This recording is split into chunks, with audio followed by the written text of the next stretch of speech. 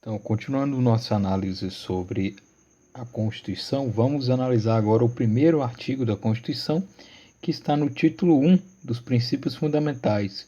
Esse título 1 dos princípios fundamentais tratam aí daqueles princípios justamente que são base aí para todo o sistema, toda a organização do Estado, em especial aí os fundamentos, os objetivos, as relações internacionais do Estado, tudo que é base para a formação aí do Estado. Então vamos lá, o artigo 1º. A República Federativa do Brasil, formada pela união indissolúvel dos estados e municípios e do Distrito Federal, constitui-se em Estado democrático de direito e tem como fundamentos: 1. A soberania. 2. A cidadania. 3. A dignidade da pessoa humana. 4. Os valores sociais do trabalho e da livre iniciativa. 5. O pluralismo político. Parágrafo único. Todo o poder emana do povo, que o exerce por meio de representantes eleitos ou diretamente nos termos desta Constituição. Então, basicamente, o que trata aí o artigo 1º são os fundamentos da República Federativa do Brasil. Traz, então, os princípios materiais estruturantes aí do Estado. O primeiro princípio estruturante que podemos ressaltar é o princípio republicano, que vem logo aí com o nome do nosso Estado, República. O que quer dizer, então, o princípio republicano? Ela é um contraponto à monarquia, ela é uma forma de governo. Tem como características a representatividade, a temporariedade, eletividade e responsabilidade do governante. Representatividade diz que os governantes devem representar o povo. A temporariedade ou periodicidade diz que deve haver uma alternância do poder por tempo determinado previamente, evitando então o monopólio do poder. A eletividade traz a ideia de igualdade de condições para ter acesso aos cargos públicos. E, por último, a responsabilidade do governante, ou seja, todos os agentes públicos devem ser responsáveis por seus atos perante a lei.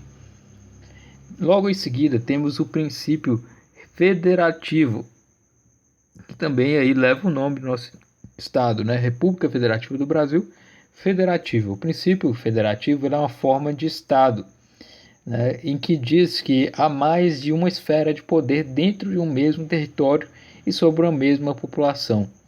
No caso aí, os estados, eles são são autônomos. E por isso eles têm aí o princípio da indissolubilidade do Pacto Federativo, né? Só é soberano, importante ressaltar, o Estado como ente nacional, e os entes federados são autônomos.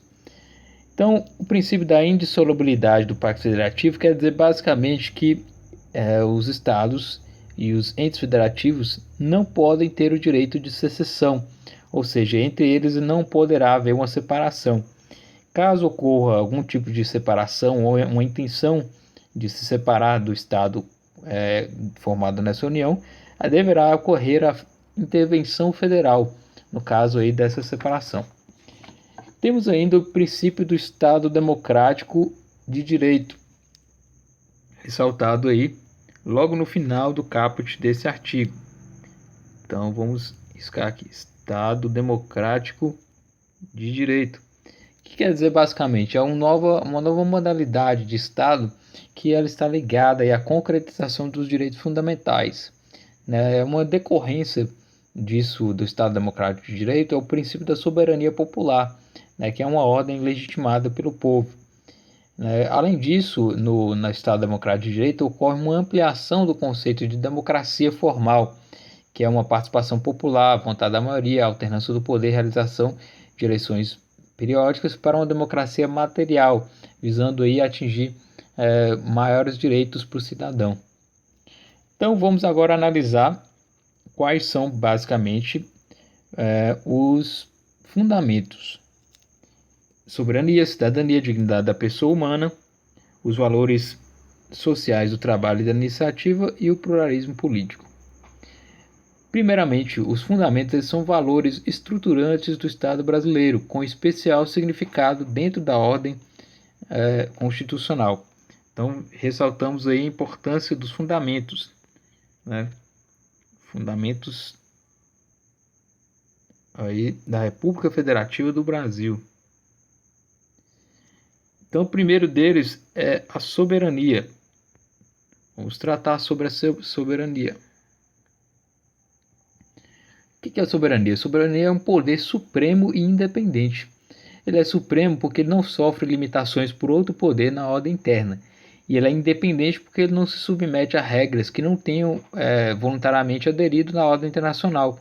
E além disso, a soberania traz a ideia de o Estado estar em igualdade perante outros Estados soberanos. Existem dois tipos de soberania, a soberania externa e a soberania interna. Basicamente, a soberania externa é a representação dos Estados na ordem internacional, enquanto que a soberania interna é a supremacia estatal perante seus cidadãos na ordem interna. Então, soberania externa, relação aí dos Estados na ordem internacional, soberania interna, supremacia estatal na ordem interna. Vamos agora tratar sobre cidadania. Cidadania é o segundo fundamento aí da República Federativa do Brasil. Cidadania quer dizer basicamente a participação política do indivíduo nos negócios do Estado e também em outras áreas do interesse público. O Estado aí traz essa possibilidade do cidadão participar, seja com aspectos na eleição, diariamente em votações que possam aí trazer uma participação popular, como o plebiscito, o referendo, né, e outros tipos de participação possível do Estado aí que o cidadão poderá estar presente. Então agora o terceiro, que é o princípio aí da dignidade da pessoa humana, base aí de todo o Estado democrático de direito, princípio da dignidade da pessoa humana.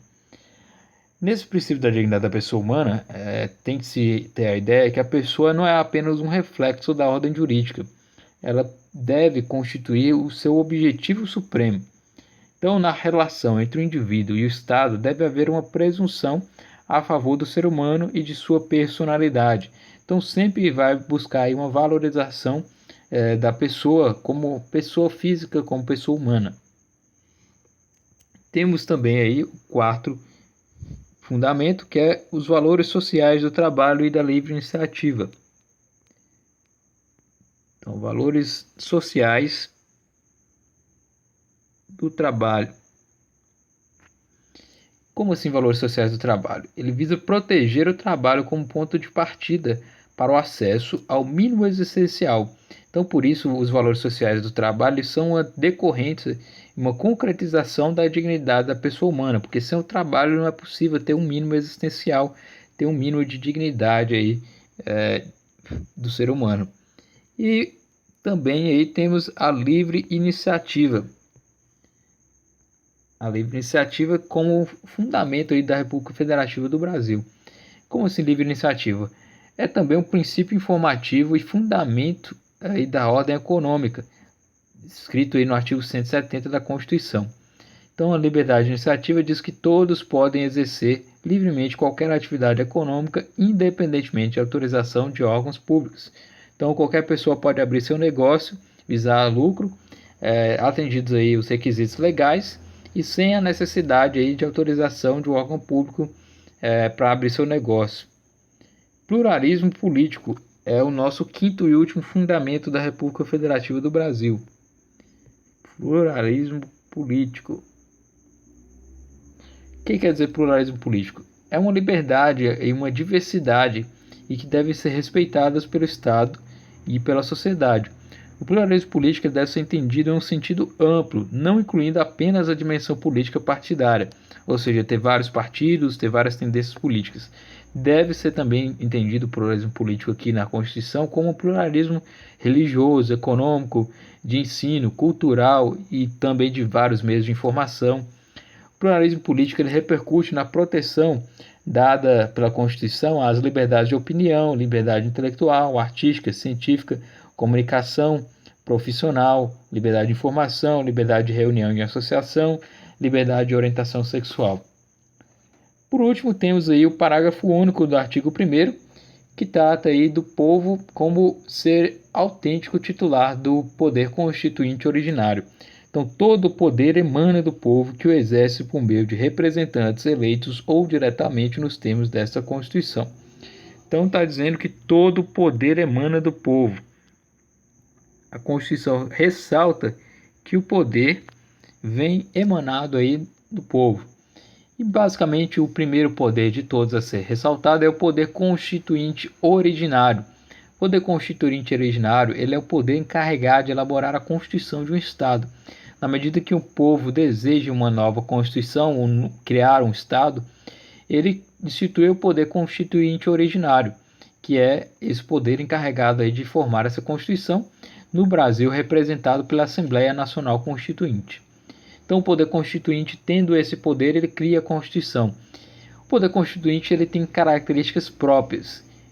Na visão positivista e na visão justnaturalista, ressaltam-se vários tipos de características. Na visão positivista, o poder constituinte originário ele tem como características inicial, autônomo e incondicionado. Ele é inicial porque ele inaugura uma nova ordem jurídica. Ele é autônomo porque só cabe ao titular escolher os direitos. Ele é incondicionado porque ele não precisa seguir norma anterior, formal ou material.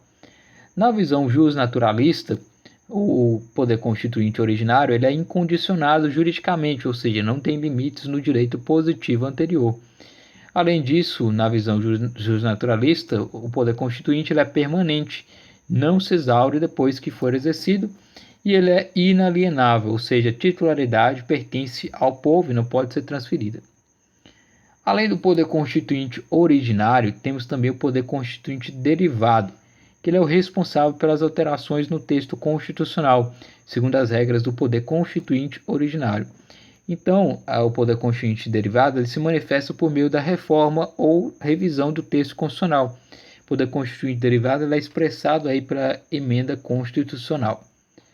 Temos ainda um terceiro tipo de poder constituinte, que é o poder constituinte decorrente, que é o poder atribuído aos Estados-membros para elaborar suas próprias constituições. O poder constituinte decorrente ele caracteriza-se por ser um poder instituído, ou seja, a Constituição institui esse poder constituinte decorrente, por isso o nome decorrente. Ele é jurídico, pois cabe à Constituição estabelecer seus limites, seus parâmetros, e ele é limitado, como já ressaltei, a preceitos que eles devem ser seguidos, formais e materiais. Ele é condicionado pelo direito já existente, pela Constituição já estabelecida.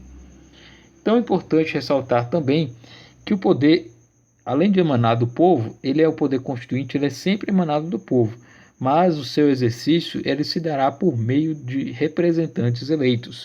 O Brasil é uma democracia representativa, então os representantes eleitos que vão representar o povo, uma democracia indireta, e também poderá ser feita de forma direta.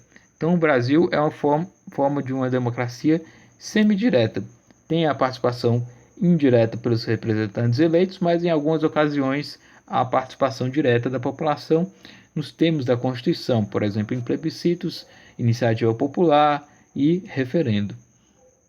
Então, está aí o artigo 1º da Constituição, trata sobre os fundamentos da República Federativa do Brasil, soberania, cidadania, dignidade da pessoa humana, valores sociais do trabalho e da livre iniciativa e pluralismo político. Então, de todo poder emana do povo, pode ser exercido por seus representantes ou diretamente.